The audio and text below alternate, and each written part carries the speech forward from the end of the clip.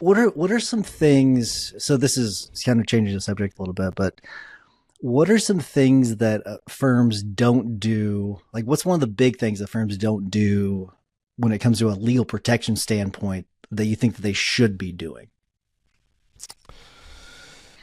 Oh man, um, there's a lot of nuance in this, and there's a lot of little strategies that I've helped firms with over the years that sound really small that can have a huge impact.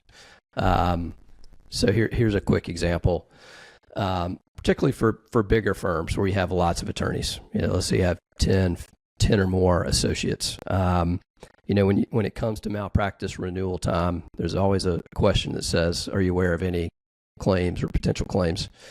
And oftentimes the owner checks no because they're not sure or they don't think there is anything. Maybe they go around the office and ask. Maybe they send an email, and hopefully you get accurate, true responses. Although I've been in situations where we created sort of an annual survey, and people lie sometimes. They get some of these attorneys, they don't disclose. So then we up the ante and we turn it into a sworn sort of document. They have to, under oath, say, yeah, I'm not aware of anything. And for the longest time, we thought that gave the owner cover for coverage, potential bust of coverage.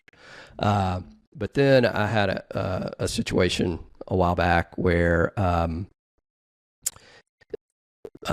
let's get a little technical about sort of the insurance policy itself. But because one of the attorneys was aware of the claim, that knowledge was imputed to the firm. Oh, Even though the firm didn't know about it, he had lied on the form.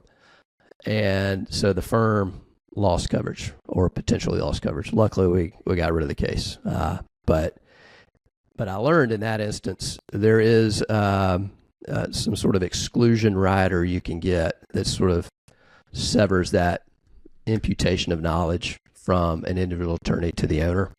And so that for a bigger firm, that's like one of my top recommendations now. I've told other people about it. They've talked to their broker and no one's heard of this. It's crazy. No one's heard of it. mm. So you as the owner need to go to the insurance company and say, I need this specific rider to produce. Is there a name for it, or is it just you just tell them what you're looking for? There may not be a name for it. I think, I think it's called like prior knowledge exclusion. I can't remember what it was called, but I've told people that name and they've asked and they're like, I don't know what that is. And so then I show them what it looks like.